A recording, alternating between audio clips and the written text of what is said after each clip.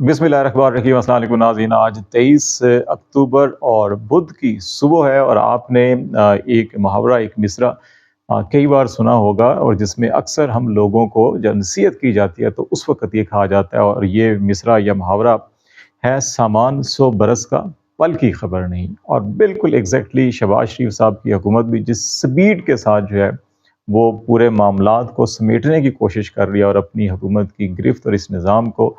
तवालत देने के लिए पूरी ताकत का इस्तेमाल किया जा रहा है। एस्टैब्लिशमेंट की मदद है, इंटेलिजेंस एजेंसीज़ की मदद है उनको, और फिर सुप्रीम कोर्ट ऑफ पाकिस्तान में भी चीफ जस्टिस काज़ी फ़ाइज़ साहब की भरपूर सहूलतकारी रही पिछले 1 डेढ़ साल के अंदर। और फिर इलेक्शन कमीशन ऑफ पाकिस्तान ने उससे कहीं ज़्यादा जो है कि इस हुकूमत और एस्टैब्लिशमेंट को सपोर्ट किया। और इसी तरह से अदलिया के अंदर भी, इंतज़ामिया के अंदर भी, पुलिस के अंदर भी, हर जगह से इस निज़ाम को सपोर्ट करने की कोशिश की गई और अवाम के मैंडेट को कुचला गया। इसके बावजूद अभी भी इस हुकूमत ने अगले जो अपने बाकी 4.5 साल अभी हैं, 6 माह हुए इस इलेक्शन को, ऑलमोस्ट आप कह लें 8 माह हो चुके हैं, कि बाकी जो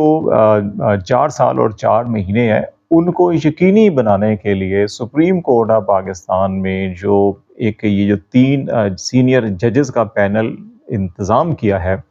इस इंतज़ाम के बाद अभी से हुकूमत ने ये प्लानिंग की है कि अगले 2 या 3 चीफ जस्टिस साहिबान कौन होंगे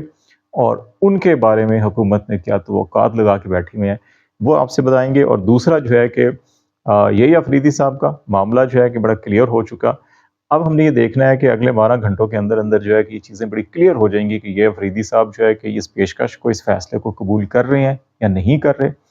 और अगर वो कबूल कर रहे हैं तो फिर अगले चीफ जस्टिस और उससे अगले चीफ जस्टिस कौन होंगे। और अगर वो कबूल नहीं कर रहे, चाहे जस्टिस मंसूर होते हैं या जस्टिस मुनीब होते हैं चीफ जस्टिस, और फिर उनके बाद जो है कि अगले 2 चीफ जस्टिस कौन हो सकते हैं और हुकूमत ने क्या प्लानिंग की हुई है कि किस किस को जो है कि कहाँ बिठाना है और क्या समरात या फ़वायद हासिल करने हैं, वो मामला। और दूसरा जो है कि आने वाले चीफ जस्टिस जो हैं कि वो यही अफरीदी साहब हलफ उठाएं 25 या 26 अक्टूबर को, या मंसूर साहब उठाएं, या मुनीब साहब उठाएं, या जस्टिस अमीन साहब उठाएं, जो भी हो।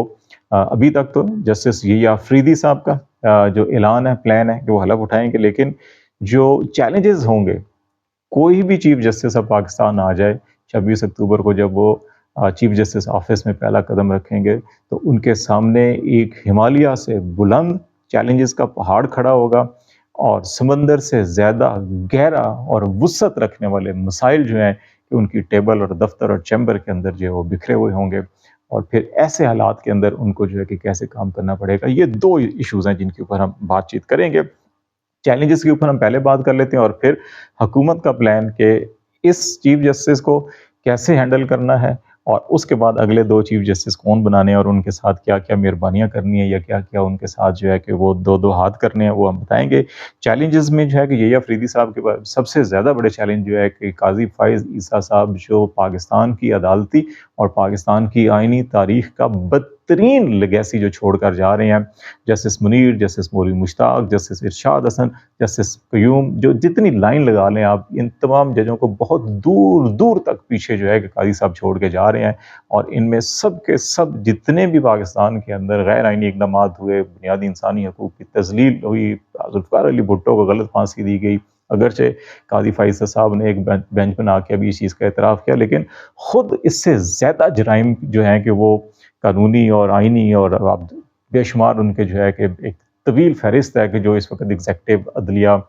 एग्जेक्टिव इंटेलिजेंस और जो इंतज़ामिया थी, मशीनरी थी, पुलिस जो पिछले 2 सालों से इनके दौरे हुकूमत में करती रही। जजेस खतूत लिखते रहे, हाई कोर्ट के जजेस ने खतूत लिखे, लोअर कोर्ट्स के जजेस ने खतूत लिखे, फिर 5 हाई कोर्ट्स के चीफ जस्टिस साहिबान ने फुल कोर्ट्स अपनी बुलाई और फिर उन्होंने अपनी डिस्ट्रिक्ट कोर्ट से रिपोर्ट्स मंगवाई और फिर उन रिपोर्ट्स पर मबनी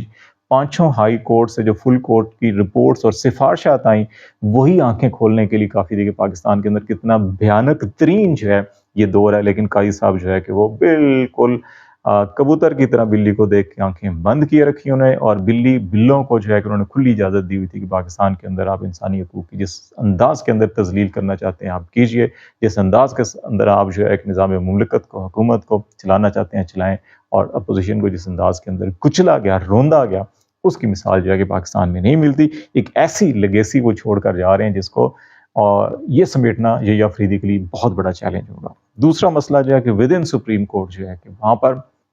बेशुमार मसाइल, इस वक़्त पूरी की पूरी अदलिया के निज़ाम को तबाह व बर्बाद करके रख दिया उन्होंने।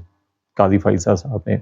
जजेस 4-5 जजेस सिर्फ़ काज़ी साहब के साथ जो है कि बेहतर मरासम के थे या तकल्लुम उनके साथ था। बिल्कुल ऐसी की तैसी, और अपने जाते-जाते भी जो आखिरी उन्होंने फ़ैसला लिखा और उसके अंदर जिस किस्म की वो तबसरा आराई की है, जिस किस्म के जुमले ताज्जुब भरे जुमले लिखे हैं उन्होंने, जिस किस्म की निजी महफ़िलों के अंदर जो गुफ्तगू हुई, उनको फ़ैसलों के अंदर लिखा है। पाकिस्तान की तारीख़ में ऐसी चीज़ें नहीं मिलती। तो इस किस्म के माहौल के अंदर चाहे वो ये अफरीदी साहब 26 तारीख को हलफ उठा के आते हैं, या अगर वो हलफ नहीं उठाते, वो किसी और जज को ऑफ़र की जाती है, वो आते हैं, उनके लिए ये सारे मसाइल होंगे। इसमें उन्होंने अपनी अदलिया को इन ऑर्डर करना है, अपनी अदलिया के स्टाफ को इन ऑर्डर करना है, और फिर जजेस के दरमियान हमांगी पैदा करनी है। और जो जस्टिस उमर अता बंदियाल जब रिटायर होकर जा रहे थे, कहा जाता है हम जजेस बेंच बनते हैं और अदलिया तकसीम हुई हुई है, उस वक़्त ये मामलात थे। आज उससे कहीं ज़्यादा तकसीम दर तकसीम दर तकसीम दर तकसीम नज़र आ रही है, और तासुब के पहाड़ खड़े हुए हैं सुप्रीम कोर्ट ऑफ पाकिस्तान के अंदर भी।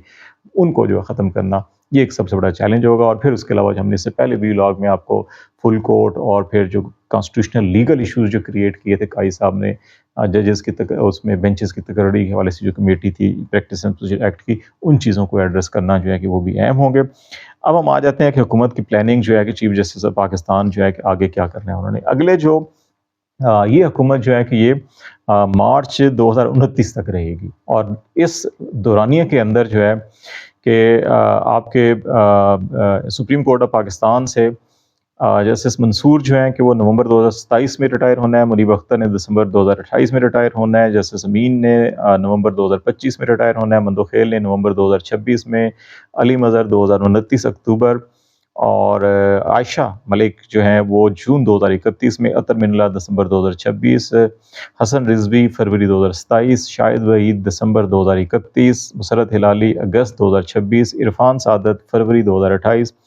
नईम अख्तर अफगान जून 2028, और मलिक शहजाद मार्च 2028, और अकील अब्बासी जून 2028, और शाहिद बिलाल जो हैं कि वो ये जाएंगे मार्च 2030, मार्च या जून 2030 तक जो है कि इनका होगा। अब इसके अंदर अगर हम ये एज्यूम करते हैं कि ये अफरीदी साहब जो है 26 अक्टूबर को हलफ उठा लेंगे, तो अब उनकी जो 3 साला मुद्दत है वो 25 अक्टूबर 2027 तक होगी, और 25 अक्टूबर जब ये रिटायर होंगे तो 26 अक्टूबर 2027 को नए चीफ जस्टिस ने हलफ उठाना होगा, और उनका नाम जो है वो 14 दिन पहले जो है कि यानी कि 11 अक्टूबर 2027 तक जो है कि वो नाम इस वक्त जो मरवजा तरीक़ेकार है वो फाइनल होना होगा। हम ये अज्यूम कर लेते हैं कि जस्टिस मुनीब इस्तीफ़ा नहीं देते और ये रहते हैं, तो ये उस तारीख को भी ये सीनियर मोस्ट जस्टिस मंसूर होंगे, जस्टिस मुनीब दूसरे नंबर पर होंगे, और तीसरे नंबर पे मोहम्मद अली मज़हर साहब होंगे, जो इस वक्त जो है कि वो जस्टिस अमीन और जस्टिस मंदोखेल के बाद जो इस वक्त वो छठे सातवें नंबर पर हैं। तो वो क्योंकि जस्टिस अमीन और जस्टिस मंदोखेल जो है कि नवंबर 2025 और नवंबर 2026 में ये दोनों रिटायर हो जाएंगे। यही अफरीदी साहब के या जो भी चीफ जस्टिस होते हैं अभी उनके दौर के अंदर ये रिटायर हो जाएंगे, तो ये मोहम्मद अली मज़हर साहब तीसरे नंबर पे होंगे। तो हुकूमत जो है कि अगर यही 3 पैनल अगली दफ़ा फिर बनेगा, तो हुकूमत अगली दफ़ा भी तीसरे नंबर के जज मोहम्मद अली मज़हर साहब को चीफ जस्टिस बनाएंगे, और वो 26 अक्टूबर 2027 से 25 अक्टूबर 30 तक उनकी जो 3 साल का ड्यूरेशन बनता है। लेकिन मोहम्मद अली मज़हर साहब की जो डेट ऑफ रिटायरमेंट है वो 10 अक्टूबर 2029 है। तो इस तरह से वो तकरीबन जो है कि आप कह लें कि 1 साल और 11.5 महीने जो है, तकरीबन 2 साल वो रहने के बाद जो है कि वो रिटायर हो जाएंगे। और जस्टिस मोहम्मद अली मज़हर को अगर चीफ जस्टिस बनाया जाता है तो वो 10 अक्टूबर 2029 तक रहेंगे, और इस हुकूमत ने मार्च 2029 तक रहना है। तो यहाँ तक उन्होंने अपना अरेंजमेंट किया हुआ है। दूसरी सूरत में हम ये अज्यूम कर लेते हैं कि ये अफरीदी साहब ये बनते हैं, तो अगर मंसूर साहब या मुनीब साहब जो हैं वो इस्तीफ़ा दे देते हैं, सीनियर मोस्ट पे जूनियर के नीचे काम नहीं करते, तो फिर भी जो 11 अक्टूबर 2027 को लिस्ट बन रही होगी उसमें जस्टिस मोहम्मद अली मज़हर साहब जो हैं वो पहले नंबर पर होंगे, जस्टिस आयशा उस पैनल में दूसरे नंबर पर होंगी, और जस्टिस शाहिद वहीद जो हैं वो तीसरे नंबर पे होंगे सीनियरिटी में। और उस वक्त फिर हुकूमत सीनियर तरीन जस्टिस मोहम्मद अली मज़हर को है जो है चीफ जस्टिस लगा देगी। जस्टिस आयशा मलिक और जस्टिस शाहिद वहीद किसी तौर के ऊपर भी इस हुकूमत को काबिल कबूल नहीं है। तो ये इन्होंने इस वक्त जो है कि वो प्लानिंग सोची है। और अगर जो है कि ये अफरीदी साहब नहीं होते और ये मुनीब मंसूर साहब जो है कि आ जाते हैं अभी, अगर ये संभाल लेते हैं, تو یہ اگلے جو ہے کہ ان کی جو ریٹائرمنٹ ہے وہ 27/11/2027 ہے۔ تو اس اعتبار سے یہ 25